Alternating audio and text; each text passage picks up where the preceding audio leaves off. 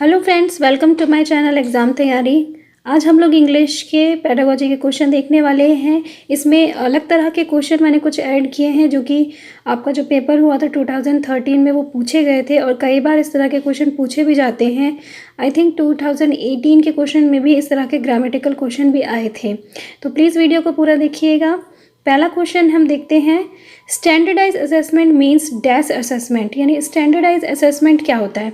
Standardise क्या होता है कि देखिए जिसमें कुछ स्टैंडर्ड फिक्स किया जाता है, ठीक है। तो यहाँ पे ऑप्शन है फॉर्मेटिव, दूसरा है सबमेटिव, तीसरा है फ्रीक्वेंट या चौथा है अल्टरनेटिव।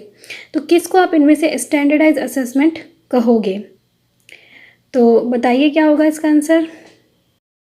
हमारा जो ऑप्शन सेकंड है सबमेटिव, वो इसका सही आंसर है, क्योंकि सबमेटिव टेस्ट जो होता है वो स्टैंडर्डाइज टेस्ट होता है। वहाँ पे कुछ स्टैंडर्ड्स जो है वो फिक्स किए जाते हैं।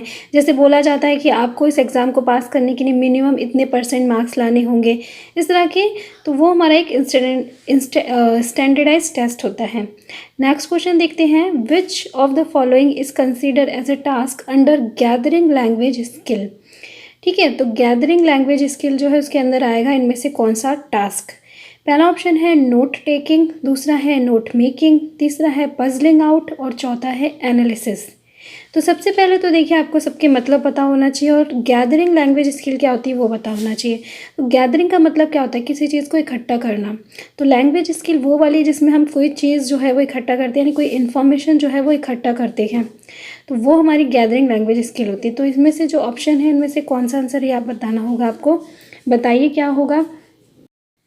तो देखिए जो हमारा ऑप्शन बी है वो इसका सही आंसर है नोट मेकिंग, क्योंकि नोट्स जब हम बनाते हैं तो हम क्या करते हैं, अलग अलग जगह से इन्फॉर्मेशन को कलेक्ट करते हैं, गैदर करते हैं, जैसे कुछ इंटरनेट से, कुछ बुक से, ठीक है। तो ये जो है वो एक ऐसा टास्क है जो इस स्किल के अंदर आता है। नेक्स्ट क्वेश्चन है, abilities for adapted and positive behaviour that enable student to deal effectively with everyday demands and challenges are.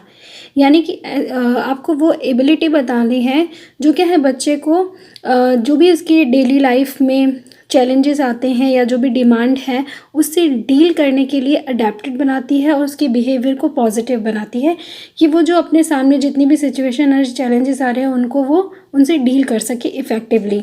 तो वो एबिलिटी क्या है। पहला ऑप्शन है मल्टीपल इंटेलिजेंस, दूसरा है लर्निंग डोमेन्स, तीसरा है लाइफ स्किल्स या चौथा है लर्निंग मेथड्स।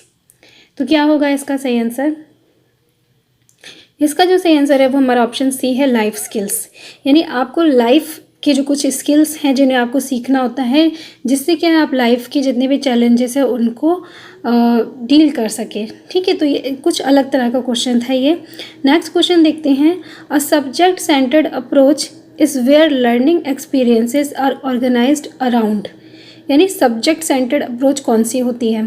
पहला ऑप्शन है स्टूडेंट्स इंटरेस्ट्स, दूसरा है टीचर सब्जेक्ट कॉम्पिटेंसी, तीसरा है कोर्स कंटेंट या चौथा है एजुकेशनल टेक्नोलॉजी। तो देखिए इस तरह के क्वेश्चन कई बार जो होता है आपको लगता है आउट ऑफ सिलेबस आ गए, लेकिन आउट ऑफ सिलेबस नहीं होता है। ये क्वेश्चन जो होते हैं आपकी डीप नॉलेज को चेक करने के लिए होते हैं।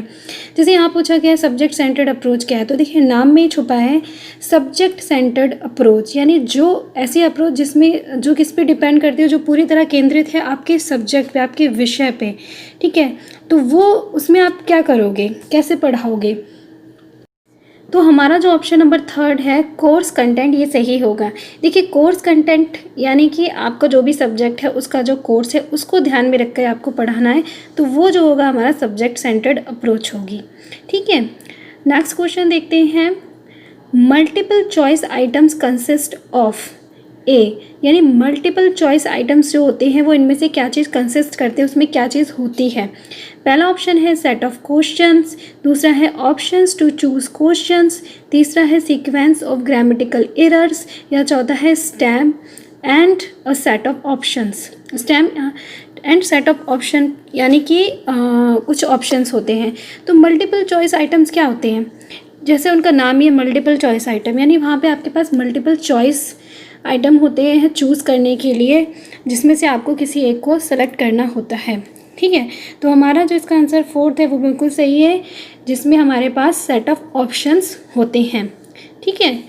इजी था ये। नेक्स्ट क्वेश्चन है, a self-contained unit of a discourse in writing dealing with a particular point or idea is, यानी एक सेल्फ कंटेन्ड यूनिट है, ठीक है, राइटिंग की, जो डील करती है किसी पर्टिकुलर पॉइंट या आइडिया से, तो वो क्या होता है।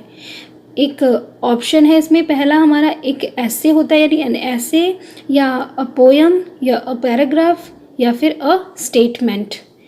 तो सेल्फ कंटेन्ड यूनिट है, सबसे पहली बात तो ये है राइटिंग की, और जो किसी एक पर्टिकुलर पॉइंट या आइडिया पे से के प्रति डील करती है। तो इसका जो सही आंसर हमारा पैराग्राफ है, ऑप्शन सी है, ठीक है। नेक्स्ट क्वेश्चन देखते हैं। The following is a condition sentence, यानी इनमें से आपको कंडीशन सेंटेंस बताना है। देखिए ग्रामर के बहुत सारे क्वेश्चन आए थे इस ईयर में, और ये ग्रामर के क्वेश्चन इनको मैं बहुत ज़्यादा एक्सप्लेन नहीं कर सकती, क्योंकि ग्रामर के अपने रूल होते हैं, वो आपको पता होने चाहिए, बस उनमें कोई एक्सप्लेनेशन नहीं है। जैसे यहाँ पे आपको कंडीशन सेंटेंस बताना है, तो कंडीशन सेंटेंस आपको पता होना चाहिए।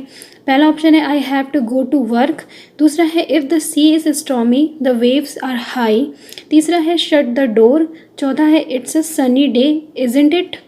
तो कंडीशन सेंटेंस क्या होती है, जिसमें कोई कंडीशन होती है, यानी कि अगर ऐसा तुम करोगे तभी मैं ऐसा करूँगा, ठीक है, इस वाली ऐसी तरह की कंडीशन। तो ऑप्शन बी जो है उसमें क्या है, कंडीशन है कि if the sea is stormy the waves are high, यानी सी में अगर तूफान आ रहा होगा तो जो लहरें होंगी वो कैसी होंगी, हाई होंगी। लेकिन लहरें कब हाई होंगी, जब तूफान आ रहा होगा। तो यहाँ पर कंडीशन दी गई है, तो इसलिए हमारा ऑप्शन जो बी है वो बिल्कुल सही है। नेक्स्ट क्वेश्चन देखते हैं। Communication technology that enable sharing of educational resources with in an institution, वो क्या होता है। तो कम्युनिकेशन टेक्नोलॉजी है जो क्या करती है, वो अलग अलग इंस्टीट्यूट के साथ एजुकेशन रिसोर्सेज को शेयर करती है। तो किसके द्वारा करती है, वो कौन सी टेक्नोलॉजी है, वो आपको बतानी है। पहला ऑप्शन है इंटरनेट, दूसरा है इंट्रानेट, तीसरा है टेलीफोन, या चौथा है ऑडियो वीडियो कैसेट्स। ईजी है ये क्वेश्चन, और आंसर भी इसका जो सही आंसर है वो है इंटरनेट, जो कि आजकल हम सभी यूज़ करते हैं, ठीक है।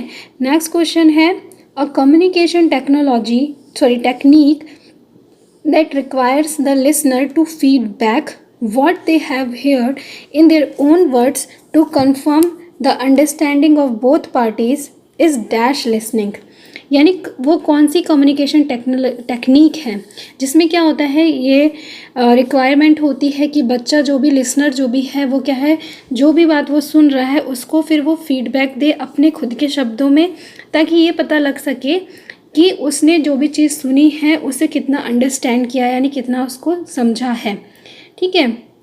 तो ये क्या होती है, इस डैश लिसनिंग, किस तरह की लिसनिंग होती है। पहला है एक्टिव, दूसरा है अप्रिशिएटिव, तीसरा है इंफॉर्मेटिव, या चौथा है पैसिटिव। तो देखिए इसका जो सही आंसर है वो हमारा ऑप्शन पहला है एक्टिव। एक्टिव लिसनिंग कैसी होती है, जिसमें बच्चा क्या होता है, जो लिसनर होता है वो एक्टिव होता है, फुली जो भी चीज़ें वो सुन रहा है उसे अच्छे से डीपली सुनता है, इसलिए वो अपने शब्दों में उसे अच्छे से बता भी सकता है। नेक्स्ट क्वेश्चन है encouraging the student to love the world and to imagine a peaceful future and caring for the student and encouraging the student to care for other is dash education, यानी ये कैसी education है जिसमें आप बच्चे को encourage कर रहे हो कि वो संसार से प्यार करे, सभी लोगों से प्यार करे, एक पीसफुल फ्यूचर के बारे में सोचे, दूसरे लोगों की केयर करे, और इस चीज़ के लिए एनकरेज भी करे दूसरों को कि वो भी अदर्स की जो है वो केयर करे। तो ये किस तरह की एजुकेशन है। पहला ऑप्शन है डिस्टेंस, दूसरा है एकेडमिक, तीसरा है वैल्यूज़, या चौथा है वोकेशनल। तो इसका जो सही आंसर है वो है हमारा ऑप्शन नंबर सी वैल्यूज़, क्योंकि उसमें क्या है, हम बच्चों को वैल्यूज़ देते हैं, अच्छे संस्कार देते हैं, अच्छी बातें सिखाते हैं, कि वो जो है जो बच्चों को एनकरेज करते हैं कि वो सभी से प्यार करें, सभी की रिस्पेक्ट करें, सभी की हेल्प करें, केयर करें, ठीक है। तो आज के लिए इतने ही क्वेश्चन आपने देखे होंगे, काफ़ी डिफरेंट तरह के क्वेश्चन थे। कई बार जो होता है इस तरह के क्वेश्चन आते हैं ये जिसमें जो है आपका जो सिलेबस दिया गया है उससे अलग तरह के क्वेश्चन आ जाते हैं, ठीक है। तो इसलिए ज़रूरी है कि आप जो है ग्रामर भी आपको पता होना चाहिए। और जो हमारे जैसे आपको पता है कि टोटल 30 क्वेश्चन आते हैं इंग्लिश में, तो उसमें 15 क्वेश्चन तो पेडागोजी सेक्शन से, 15 क्वेश्चन ग्रामर और आपका पैसेज आता है, तो उसके लिए भी ग्रामर ज़रूरी होती है। तो ग्रामर पे भी आप फोकस कीजिए तो आपके अच्छे नंबर आएंगे। और मैंने भी कुछ वीडियोज़ डाले हैं ग्रामर के, उन्हें प्लीज़ चेकआउट कर लीजिएगा। तो आज के लिए इतना ही। वीडियो को प्लीज़ लाइक कीजिएगा। मिलती हूँ आपसे नेक्स्ट वीडियो में, तब तक के लिए बाय।